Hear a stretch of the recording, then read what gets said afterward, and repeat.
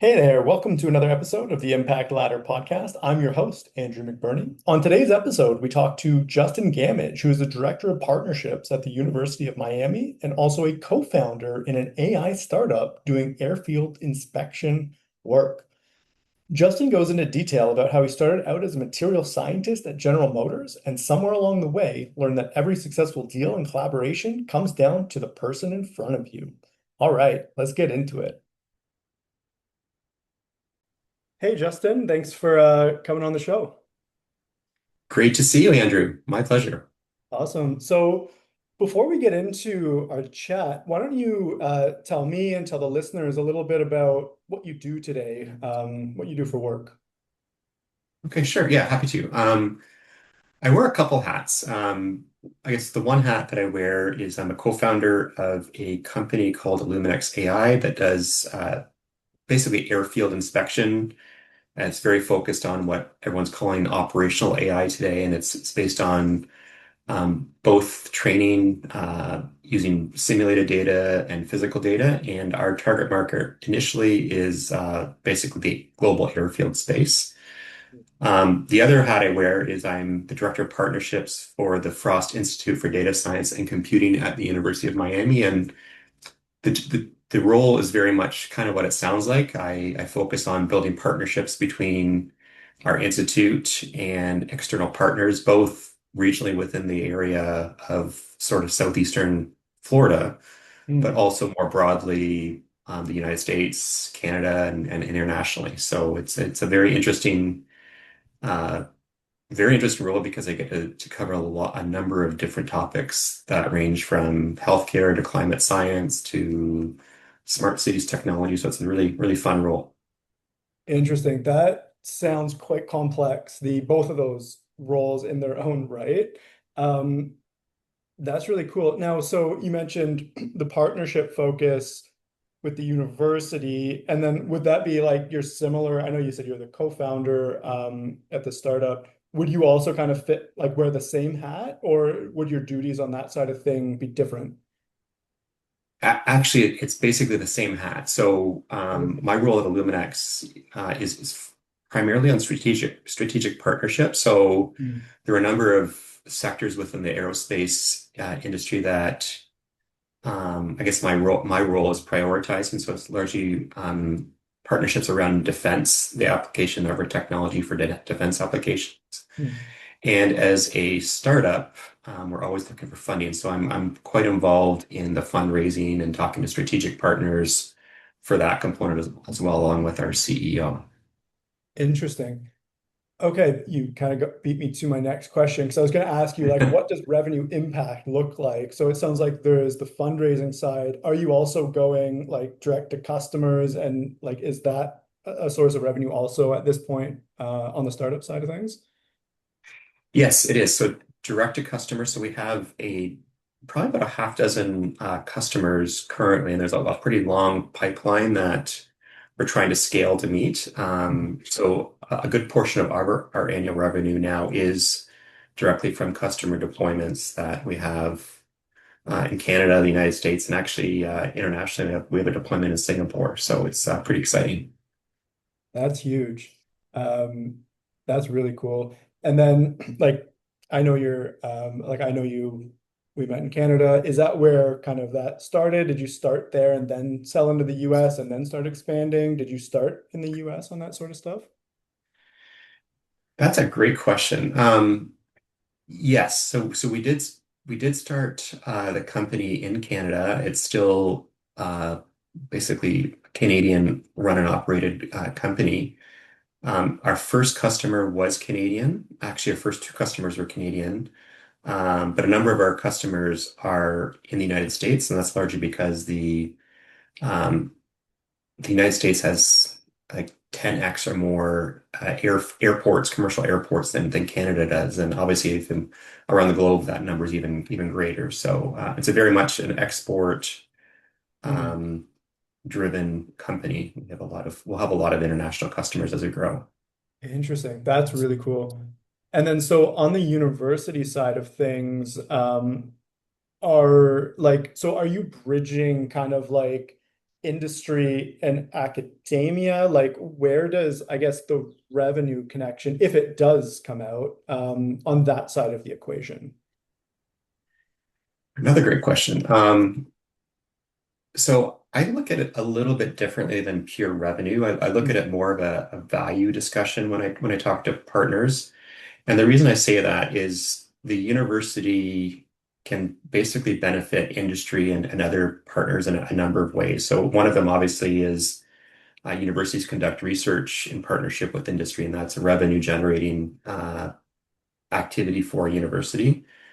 But more importantly, industry partners are viewed as true partners when it comes to developing the next generation of our workforce. So mm, much of what the university's mandate is to train students, educate students, and get them ready for the workforce. So, in mm, my personal opinion, and I think the opinion of many within academia, one of the best ways of doing that is making sure that the students have industry relevant experience. And the only way to really do that effectively is to have those industry partnerships. So, I think the value we bring as a university is both our skills, our expertise, obviously the research depth that we have, but also the opportunity to make those strategic connections between students and the industries looking for those students and making sure the training you're providing is aligning with those needs of industry.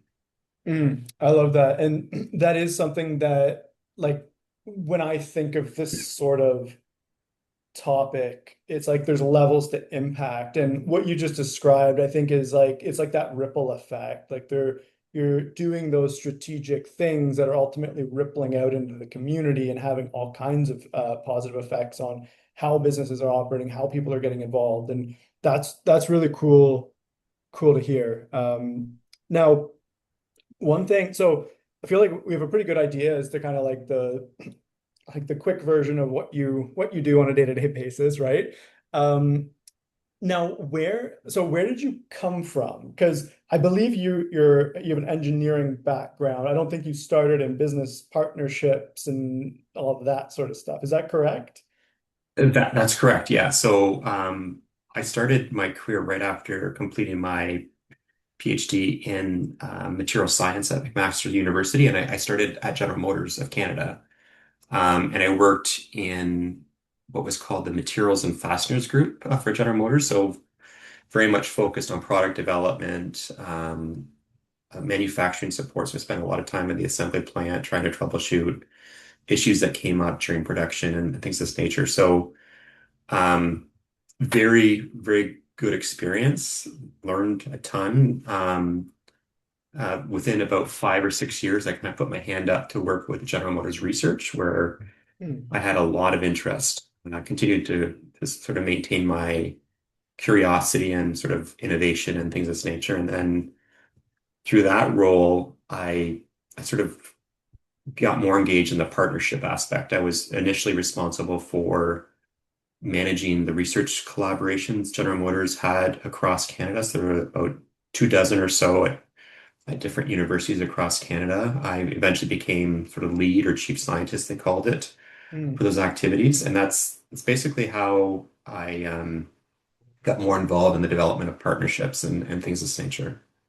Interesting. So that's something that always intrigues me is how people kind of make these pivots in their careers. So it sounds like it was a very natural evolution. Like maybe you were doing some of it in a more casual way, just it was happening on the plant floor, and then there was an opportunity to kind of more formally move into that position. Now, was there anything that you like when you started that role in a more like in the research capacity, in the more formal capacity, I should say?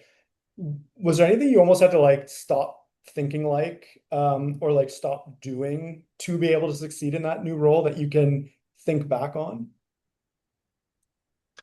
Yeah, that's a good question. I think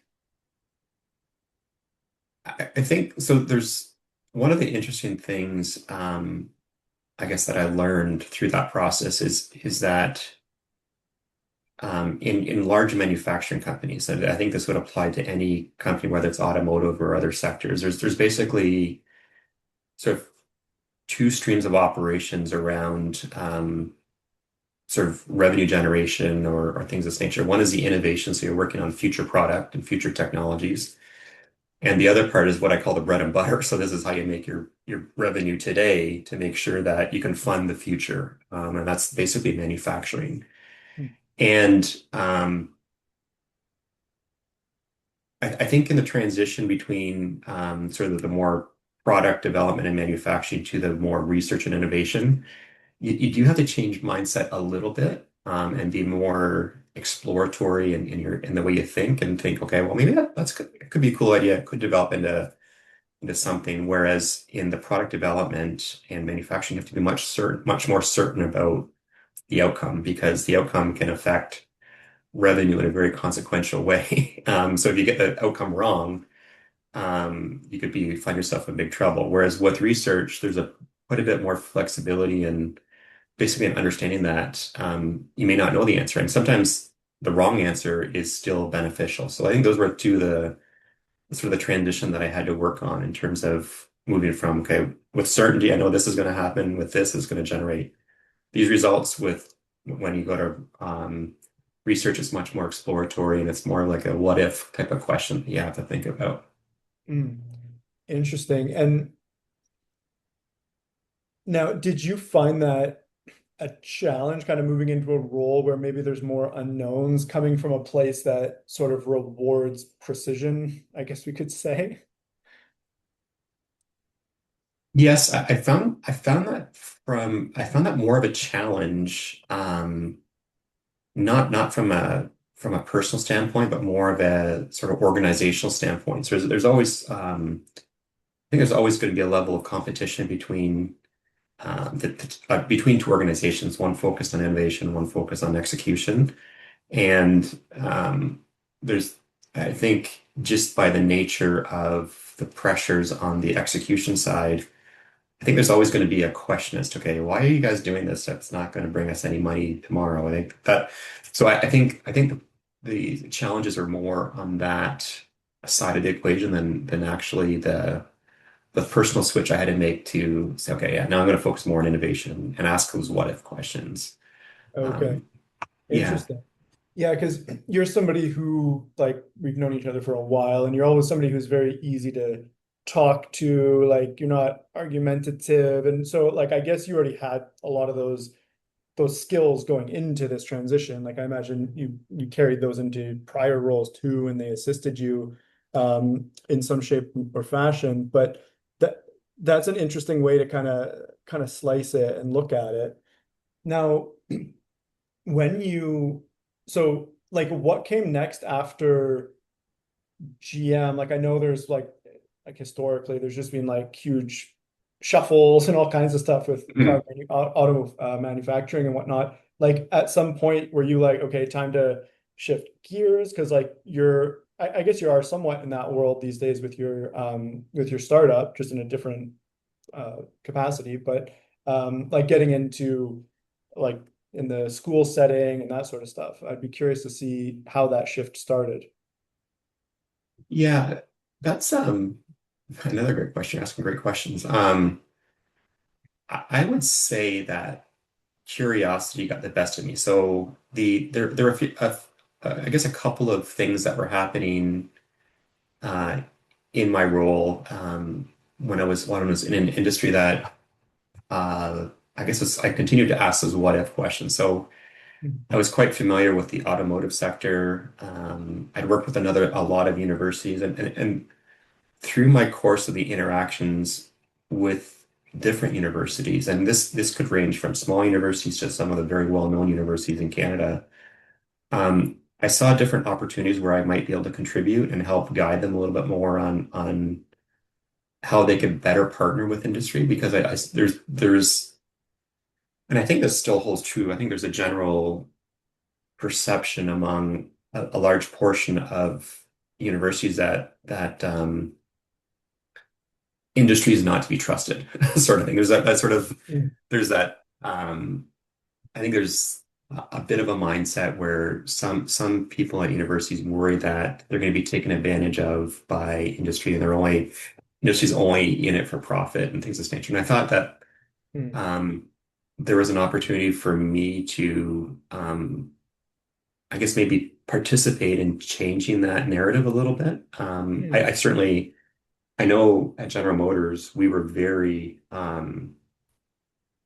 mindful and very true to our word in terms of what we did with our university partners. We were deeply committed to them. We wanted all our partnerships to be a win-win, but I could see um, that there were a number of things that could be improved if universities had a clear lens on how industry worked. And I thought maybe that could be something I could help with and contribute to in terms of where my next step of my career would go. Interesting. And then was that like a relationship that like you met somebody and somebody was like, "Hey, you got to kind of like go for this. This is you." Or did one day did you wake up and you're like, "Okay, it's time for a change. Like I like what I'm doing. Let's keep doing that just in a different setting." And did you pursue it? Yeah, so I don't know if there's a specific aha moment that I wanted to switch careers or switch what I was doing. I think it was more of a progressive thing, and yeah, and when I kind of decided that it was something I was interested in, someone had actually reached out to me prior to that Hmm. and asked me if I would be interested in helping them. And I thought, well, okay, that's maybe I could do something like that. And that's kind of, that I guess, nucleated the idea, and I've kind of been thinking about it in the background. And yeah, I guess that's how it kind of evolved from there. That's cool. I like that. Interesting. And then so Uh, I'd love to kind of get into the weeds a little bit on the startup side of things.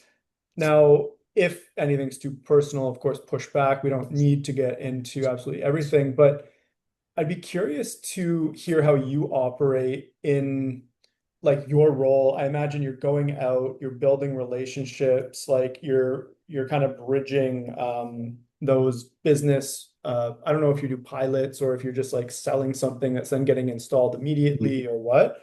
But I'd be super curious to hear how somebody in your position kind of like how you approach that essentially. Um, I think that the tool I lean on the most to approach with partnerships is sort of my existing network. So I Mm. always strive to try to get warm introductions or um, try to facilitate discussions based on a full understanding of what the needs are of a potential partner. And the reason I say that is it's much easier to build trust and understanding if you actually have a conversation and listen and sort of make sure what you're offering is actually going to address the needs and concerns or whatever it might be of a potential customer partner or whatever that may be. And um, I've always viewed every partnership should try to be a win-win situation for both sides of the table. And I think that overall approach has served me well, and I try to maintain that as I move forward, regardless of whether I'm working with Illuminex partners or my role at the University of Miami or other activities I'm involved in. So I think it's very important to invest time in listening to what the customer or partner needs. And then from there, it becomes a much easier um, transition into trying to build something that is meaningful and is going to basically result in that win-win I mentioned earlier. Mm, I love that. You kind of dropped two different things there that I'd love to talk about. But the first one is the yeah, like the like listening, identifying what value it is that they're actually looking for, determining can you solve that for them? Can you bring that value? Now in your so I imagine selling into the space that you sell into isn't simple. Like you're probably not walking up Right. to a single person and being like, "Hey, would you like to buy this?" And then they're saying yes or no on the spot. It's probably there's probably some sort of length to the sales cycle. Maybe there's pilot programs. I'm not sure. Yeah. But and then also the other thing I'd be super curious and the most curious about, like what does the stakeholder kind of management almost look like? Because I would guess, knowing nothing about what you do in your industry, that different people in an organization can say yes or no, and then they probably have their own ideas as like why we would want to do this. Like maybe like is that something you could speak to?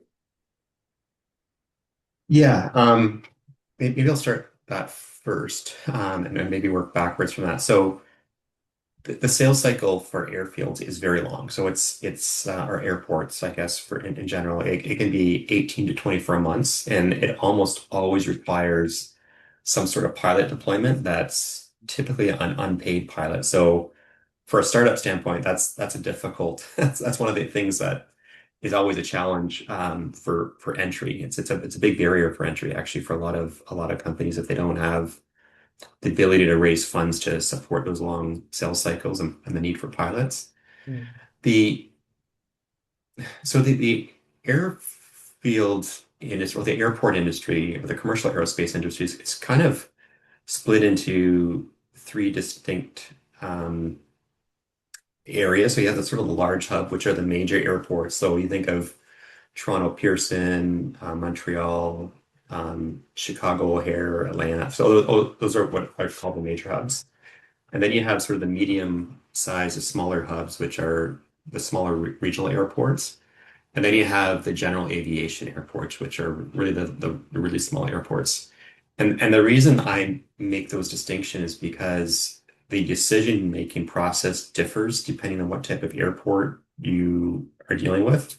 So the large airports in particular have they're basically large organizations. So they have different levels of decision making that you have to basically go through to basically secure buy-in for whatever you're doing, whether it's a pilot or an actual sale.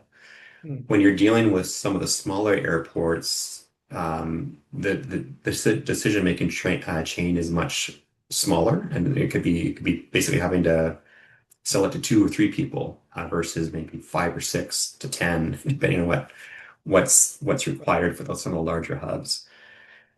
Um, and I think in each case, it's important to understand the person you're dealing with. And this is probably one of the key elements that sort of spans everything I do is that when you're dealing with someone at any organization, when you're trying to develop a partnership, you're dealing with that person, you're not dealing with the organization. mm, And going back to my GM days, people always saw like General Motors, it's all kinds of money and whatever, right? But people forgot that they're dealing with a specific researcher that has deliverables, that their raise is going to be, the merit increase or raise is going to be dependent on the success of the project. It's going to impact their ability to pay a mortgage and things of this nature. And similarly for when you're dealing with airport customers, it's the same thing. You're dealing with an individual who has a boss that they report to, has metrics they have to meet, whose livelihood is going to depend on the success or failure of that partnership. So you're not dealing with, for example, a Toronto Pearson, you're dealing with an individual within an organization that has to deliver results that are going to be important to the operational success of the airport, but also their own well-being, ultimately that they're going to either provide for their family or whatever. So that is a very important thing that I always try to highlight to anyone that is sort of entering the space, whether it's someone from the Illuminex team or others I work with at the universities, that um, you're dealing with an individual that has to deliver on what you're promising. So that's to me is very important. It's very important for sort of the long-term strategic growth of partnerships. So if people know you'll help them be successful, they tend to want to get more of that success, and they want to talk about it more, and they'll talk about it to their peers. So mm. industries like the airfield industry, they're very close knit. Everyone kind of knows each other, regardless of what airport they're working at. And then if they know you're going to do a good job and you've helped this other person be really successful in their career because you delivered what you're going to promise or exceeded those expectations, then it becomes a much easier conversation when you go deal with the next person. Say, hey, I just dealt with this person.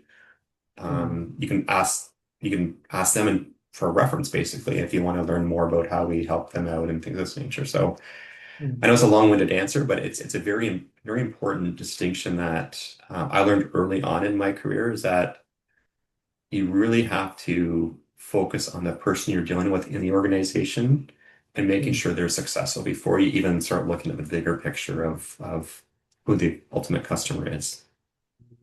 Yeah, that's a great answer. And it resonates exactly with what you were saying earlier about like identifying if you can even help them before you attempt to help a company, right? And like that's that closed loop where it's like you say you're going to do something, then you do it, they get the results, then sure, they're now a potential referral partner, or they can now like be a testimonial for you. Like the way that you kind of illustrate that makes a ton of sense. And then yeah, I guess like the messy middle is that 18 to 24-month cycle where you're like, oh, I wonder if this is going to turn into anything or not. Now, during those times where like maybe somebody like leaves an organization and they were kind of like your go-to contact, like is that something you think about ahead of time? And like, are you trying to form like multiple relationships at a single organization? Or is it really like, okay, let's find the one person who we can like, who can really go to bat for us and kind of go through the phases with them?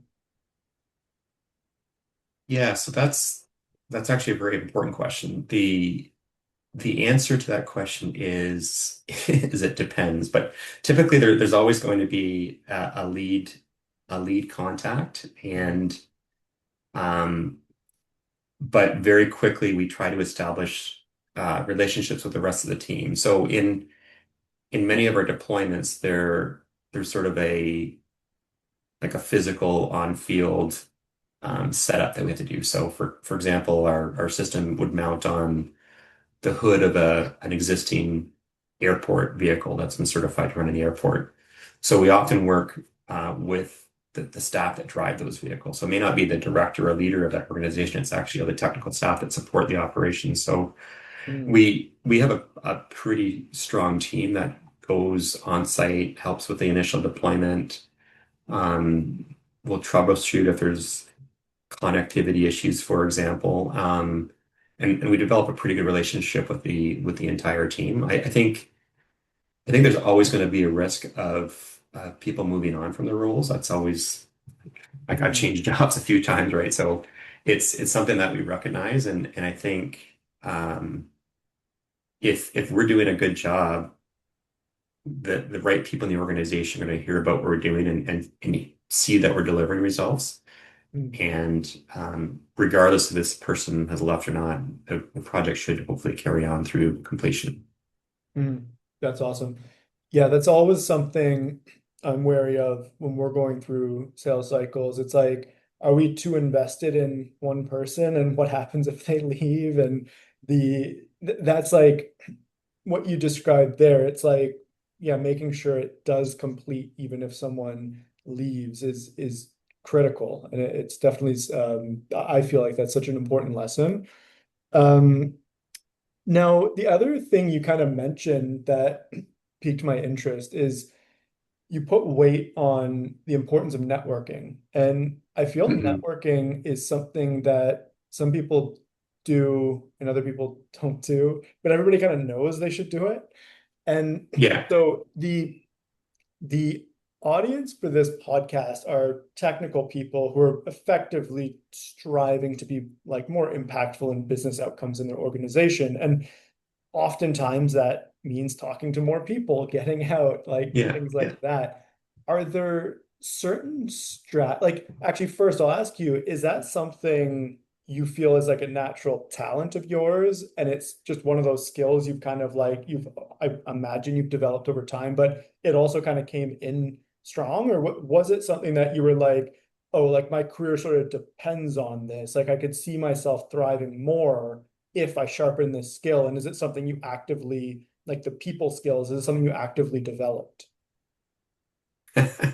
Well, I'll be completely transparent. I I am very uncomfortable networking. Like I don't um it I rely on it. It's probably one of the key things I do in my job, but from a natural like my own personality, I find it very difficult to walk up to someone and just start a conversation. It's not it's I have a, like this sort of I don't know, fear is the right word, or just like I don't know, like what do I say?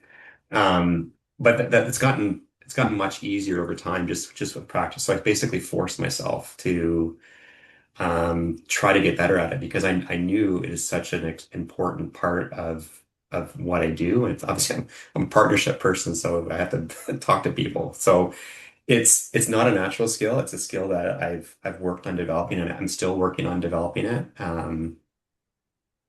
And I think one of the best things, like if someone was listening to this podcast and wondering how I develop it, I would just say just keep on trying. Like you just push through the uncomfortable zone and just I don't know, just try it. And there's a lot of now there's a lot of online videos, whether it's on YouTube or other podcasts, where they actually give you coaching on how to start a conversation and things of this nature.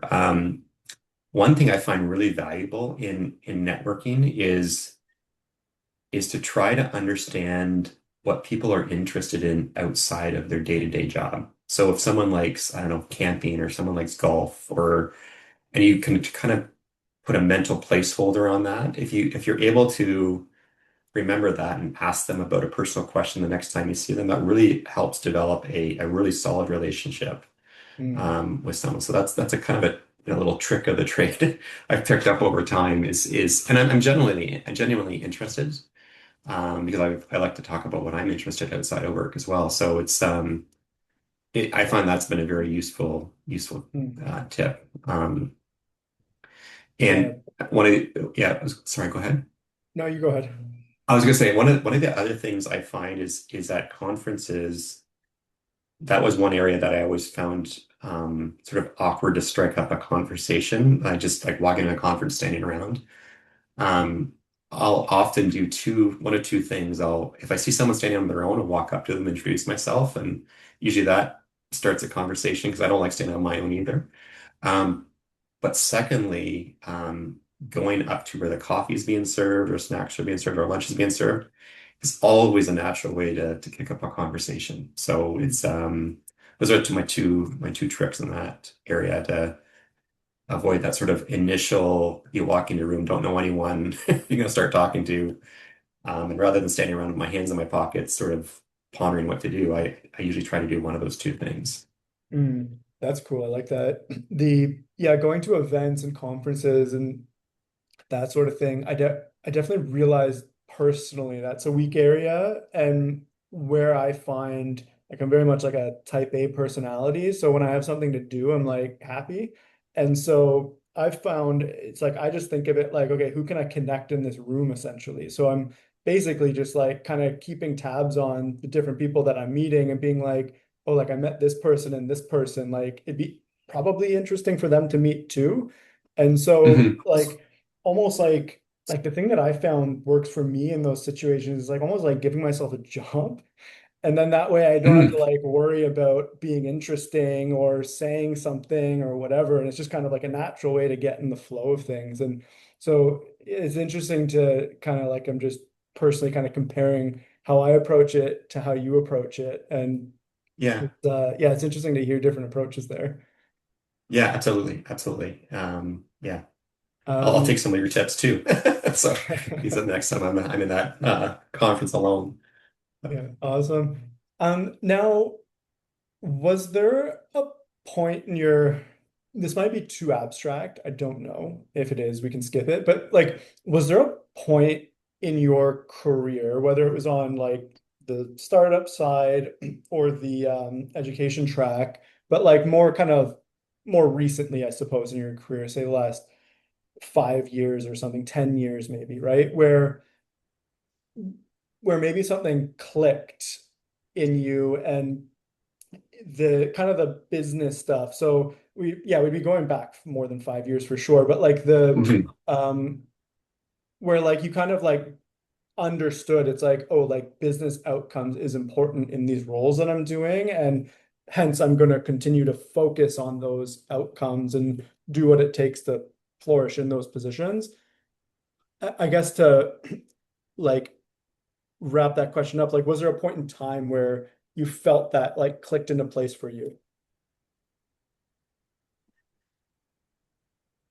Yeah, yeah, I almost remember exactly when that happened. It was more than 5 years ago. It was actually probably around 2007, 2008. And I was working with my mentor at the time, who was the chief scientist for all of General Motors. And we were at a meeting, and we were basically introducing researchers from the company to researchers at a university. And he pretended to take a call step and he stepped away and said, Justin, I talk to you. And so we went on the hallway and said, what's up? So I just want those researchers from our company and the university to talk to each other without us there. And I'm like, what do you mean? He says, well, if it's not a natural, if they don't want to work together, they don't like each other, it's not going to be successful. And I thought, wow, that was kind of my aha moment. And I think I've carried that in the back of my mind ever since. And so getting back to your original question, I think the business outcomes for me have always been driven by um, making sure that the people involved can work together. And I think if people can work together, you have a much higher likelihood of success, regardless of what you're chasing. So there's always going to be a chance that something doesn't work out. Like the technology is not the right fit for whatever, but if you don't start with the foundation of the right people getting together to work together, um, I think the business outcomes will never be what you hope. So I've always I know it's probably not a direct answer to your question, but that's always kind of been in the back of my mind as to how to make sure that any relationship is successful and the business outcomes are successful. Mm, interesting. That's cool. Yeah, so you kind of the yeah, the curtains were kind of flipped open and you understood it's like, oh, there's certain ways we approach this, there's certain things we do. It's that's very Yeah, like I know you're not like a salesperson, but like that's almost like telling of like that sales approach where it's like there's certain things you do in a certain order to get things done. And it kind of feels like almost that's what that was, where it was right. that mentor knew it's like, oh, here's something that could potentially like just kill this before it even starts, and then Yeah, was able to kind of maneuver through that very strategically. right. Exactly. That's Yeah. awesome. Um, okay, so we're getting closer to the end here. I got two more questions and we'll start wrapping up. So one Okay. kind of detached outside of the general discussion we've been having, but uh, how is AI currently impacting your role in the work you do? Like I know your startup is, I believe it is an AI startup. So Yes, I it is. imagine there's Yeah. a significant level of impact there, but maybe in the more day-to-day type stuff, like is it helping you keep up with prospects or move deals along or relationships in certain ways? Like, is there new things that you weren't maybe doing 3 or 4 years ago that you're now doing? I think so the relationship side for me is still very much sort of person to person. Um, it's not something that I can really use AI to help with very much. But what AI has been really helpful for me is brainstorming ideas. One of the things I really like to work on is trying to put different pieces of a puzzle together. And quite often I'll use Claude, for example, and put in a prompt to say, I'm thinking about this, but Mm, I'd like to figure out how this might work together. And is there a way that we can I don't know, come up with something? And so I'll spend an hour on a specific chat or project just brainstorming with the AI. And obviously I always validate to make sure it makes sense. But I find it's quite useful for me to sort of kick around ideas and very quickly. figure out if something's going to be of potential value or not. So that's probably what I use it for the most. And obviously there's like the different tools you have with the Microsoft tool stuff like the co-pilots and things of this nature for I don't know, grammatical checking and things of this nature, organizing your calendar. Those tools I almost view them as like you just have to know them because if you don't know them and use them, you're at a disadvantage to your peers, sort of thing. But from a pure sort of unique way, a more unique way I try to use it is it's more this brainstorming exercise that I work on to sort of kick around ideas and explore potential connections of uh, ideas that initially may not make sense. And I find Mm. there's sometimes there's a way to make connections that I would have not have potentially thought of on my own. Awesome. I love that. Yeah, that's definitely relatable. That's very cool. Um, okay, and then so maybe we should focus on a concept here. I wanted to ask you if like somebody wants to move in your direction, but I feel like that's a complicated question because you hold two very specific positions and there might not be a ton of overlap in them, right? One's self-employment, one's employment. But let's Yeah. say somebody wanted to just move in the position of being able to more effectively build relationships in a business setting. Is there any sort of advice you would give someone kind of who is like at the start of their path? So like maybe like where you were around 2007 or so back when you kind of had Yeah. your aha moment. Yes. I would offer two very specific pieces of advice. One is to learn how to listen and pay attention and which is not naturally easy for me, but to listen and invest in the development of the partnerships and a key to me the most important thing to do is as part of that is to listen and understand the needs and requirements. The the second thing, which I'm also naturally not naturally good at, is investing in the long term. You may talk, so I find that there's situations where I may talk to someone and have a conversation that doesn't really yield any results for 5 or 6 years, and that's not uncommon in this in kind of what I do. So investing in developing those relationships and kind of taking the long-term view of things Mhm. has been very helpful for me. So I'm hoping anyone listening could sort of think that because I know I'm very much the type of person that naturally wants to get things done and think want results pretty instantly. But I found time and time again, investing in the long term and investing in building these relationships is really critical to the success that you would have in a partnership type of role, whether you're working in academics or working in industry Mhm. as an employee or a self-employed person. Awesome. I love that. That's such great advice. Um, okay, so two questions just to start winding down here. Um, what is one challenging period in your career that ultimately made you better?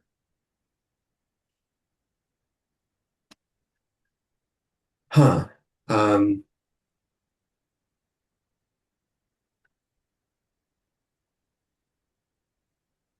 it's a great question. I'm trying to think think of ways to answer that without being critical or critical of any organization or thing.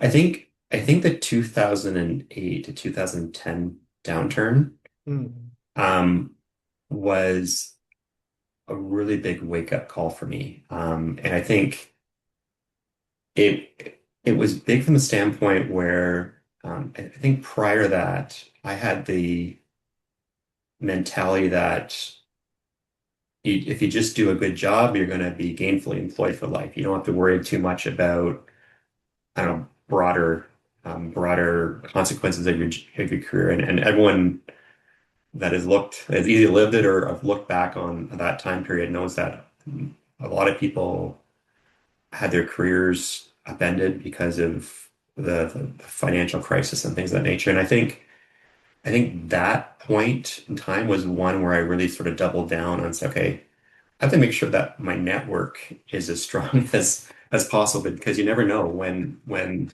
the company you're working for may no longer exist or may have to go through a significant scale down of operations or whatever. And you could be one of those people that are left out without a job. So Mm. I think that was a very scary time for me because I was young, had a young family, had a mortgage, had all these things that I was worried about. And fortunately, I was very fortunate that I remained employed and things of nature. But a lot of my friends didn't, and it was a wake up call for me, and it was something that I never thought I would see or experience. But it's really, I think, helped shape the way I approach everything since that time period. Mm. Thank you for sharing that. That's a very thoughtful answer to that question. Um, Now, last question is much less personal. What's one resource, whether it's like a book, a podcast, a course, whatever, that you might recommend to somebody who is looking to effectively become like more business oriented, and kind of go in that direction in their career? Um, yeah, that's a tough one. Actually, believe it or not, that's a tough one. I relied very heavily on my mentors throughout my career, so I learned more from their experiences and my experience than any specific book I ever picked up. Mm. I've read a number of just business development books and things. I don't know if one and even a course at a I don't know post-secondary institution, it's hard to beat the lived experience. And I think there's so many people, sort of my point in my career. So I'm at sort of at the sort of tail end of my career. I'm not gonna retire tomorrow, but I'm not starting out, so to speak. But people like myself are eager to have discussions and share our experiences with the people that are entering the workforce now or trying to move forward in their careers. So I think my resource would be people and having those Mm. conversations with people that have lived it and gone through it. And yeah, LinkedIn is a great resource that you can tap into, for example. Yeah, that's a interesting question because I actually haven't thought about it. It's a great question. I should have thought about it, but that's yeah, I've never really relied on anything other than talking to people, I guess, and kind of learning from making lots of mistakes along the way. Mm. I love that answer. Yeah, like the resource is effectively other people along the journey. And it's Yeah, of course there's many different resources, but yeah, that I really like how you put that. I appreciate that answer. thanks. Um, okay, well, to wrap things up, why don't you just let people know how they can find you and then maybe your company website if you have that handy. I can also put those links in the show notes so people can just click and visit you directly too. Yeah, certainly. So I'm on LinkedIn. I monitor LinkedIn pretty frequently. That's why I at least check it once a day. So that's probably the best way to reach out to me if they want to connect with me. The Illuminex AI website is, I'll ask you, Andrew, to sort of put it on so that someone can click on it. It's illuminex.ai, and the University of Miami is miami.edu. And if you do get to the University of Miami website, you can look me up in the Frost Institute for Data Science and Computing, and Mm. you'll see a whole directory of the different folks in that site when you find it. So those are probably the two best ways to reach, or three best ways, I guess, through either website or through LinkedIn would probably be the easiest way to connect with me. Awesome. Well, thanks so much for being so open and sharing so much of your wisdom, Justin. Yeah, I really appreciate your time today. My pleasure, Andrew. Always good talking to you.